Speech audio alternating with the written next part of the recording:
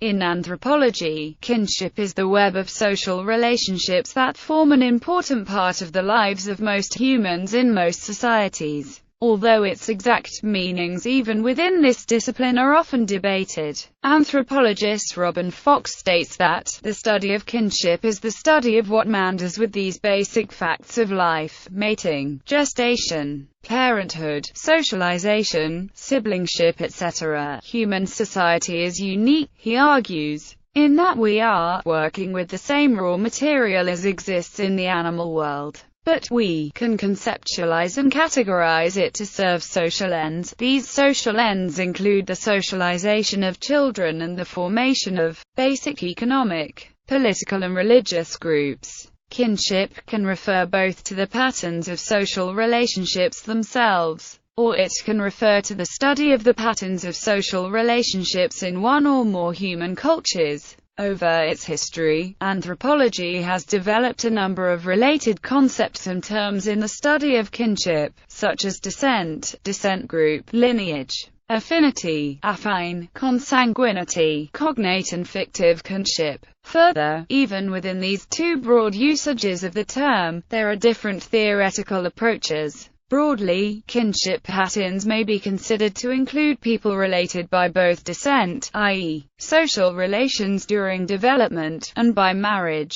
Human kinship relations through marriage are commonly called affinity, in contrast to the relationships that arise in one's group of origin, which may be called one's descent group. In some cultures, kinship relationships may be considered to extend out to people an individual has economic or political relationships with, or other forms of social connections. Within a culture, some descent groups may be considered to lead back to gods or animal ancestors. This may be conceived of on a more or less literal basis. Kinship can also refer to a principle by which individuals or groups of individuals are organized into social groups, roles, categories and genealogy by means of kinship terminologies. Family relations can be represented concretely or abstractly by degrees of relationship. A relationship may be relative or reflect an absolute. Degrees of relationship are not identical to heirship or legal succession. Many codes of ethics consider the bond of kinship as creating obligations between the related persons stronger than those between strangers, as in Confucian filial piety. In a more general sense,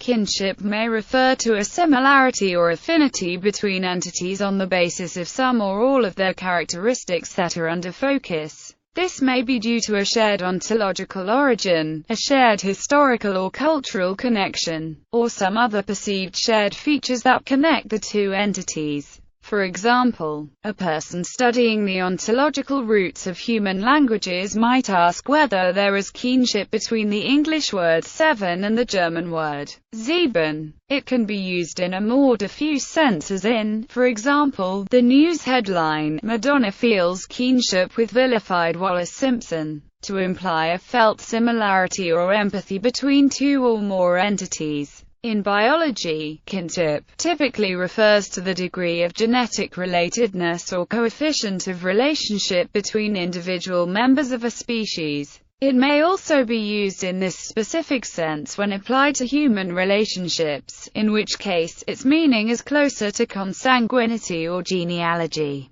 Basic concepts. Family types. Family is a group of people affiliated by consanguinity, affinity, or co-residence, shared consumption. In most societies it is the principal institution for the socialization of children, as the basic unit for raising children. Anthropologists most generally classify family organization as matrifocal, conjugal, avuncular, or extended family in which parents and children co-reside with other members of one parent's family. However, producing children is not the only function of the family. In societies with a sexual division of labor, marriage, and the resulting relationship between two people, it is necessary for the formation of an economically productive household. Kinship terminologies. Different societies classify kinship relations differently, and therefore use different systems of kinship terminology. For example, some languages distinguish between affinal and consanguine uncles, whereas others have only one word to refer to both a father and his brothers. Kinship terminologies include the terms of address used in different languages or communities for different relatives and the terms of reference used to identify the relationship of these relatives to ego or to each other. Kin terminologies can be either descriptive or classificatory. When a descriptive terminology is used, a term refers to only one specific type of relationship, while a classificatory terminology groups many different types of relationships under one term. For example, the word brother in English-speaking societies indicates a son of one's same parent. Thus, English-speaking societies use the word brother as a descriptive term referring to this relationship only. In many other classificatory kinship terminologies, in contrast, a person's male first cousin may also be referred to as brothers. The major patterns of kinship systems that are known, which Lewis Henry Morgan identified through kinship terminology in his 1871 work Systems of Consanguinity and Affinity of the Human Family, are Iroquois kinship, Crow kinship, Omaha kinship, Eskimo kinship, Hawaiian kinship,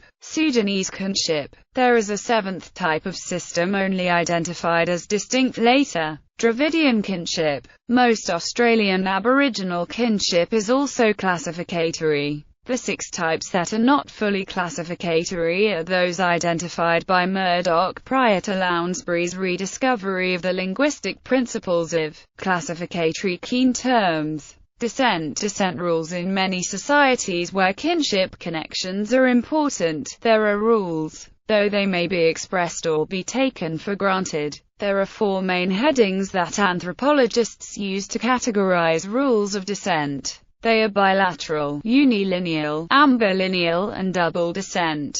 Bilateral descent or two-sided descent affiliates an individual more or less equally with relatives on his father's and mother's sides. A good example is the Yako of the Cross River State of Nigeria. Unilineal rules affiliates an individual through the descent of one sex only, that is, either through males or through females. They are subdivided into 2. Patrilineal and matrilineal. Most societies are patrilineal. Examples of a matrilineal system of descent are the Nyakusa of Tanzania and the Naya of Kerala, India. Many societies that practice a matrilineal system often have a patrilocal residence, and men still exercise significant authority. Ambilineal rule affiliates an individual with kinsmen through the father's or mother's line. Some people in societies that practice this system affiliate with a group of relatives through their fathers and others through their mothers.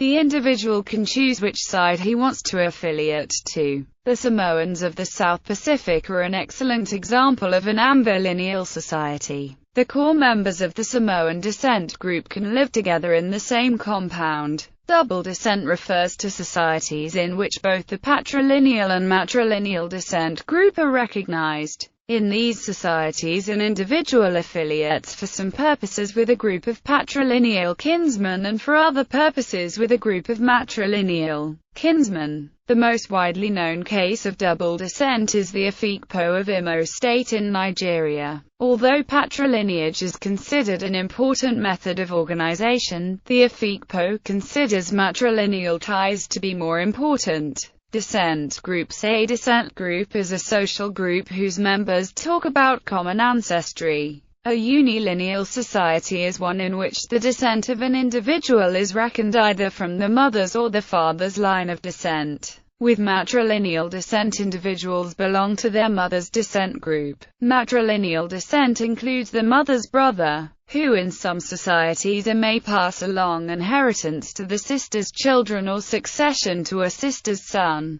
With patrilineal descent, individuals belong to their father's descent group. Societies with the Iroquois kinship system are typically unilineal, while the Iroquois proper are specifically matrilineal. In a society which reckons descent bilaterally, descent is reckoned through both father and mother, without unilineal descent groups. Societies with the Eskimo kinship system, like the Inuit, Yupik, and most Western societies, are typically bilateral. The egocentric kindred group is also typical of bilateral societies. Some societies reckon descent patrilineally for some purposes, and matrilineally for others. This arrangement is sometimes called double descent. For instance, certain property and titles may be inherited through the male line, and others through the female line. Societies can also consider descent to be ambilineal, where offspring determine their lineage through the matrilineal line or the patrilineal line. Lineages, clans, phratries, moieties, and matrimonial sides. A lineage is a unilineal descent group that can demonstrate their common descent from a known apical ancestor. Unilineal lineages can be matrilineal or patrilineal, depending on whether they are traced through mothers or fathers, respectively.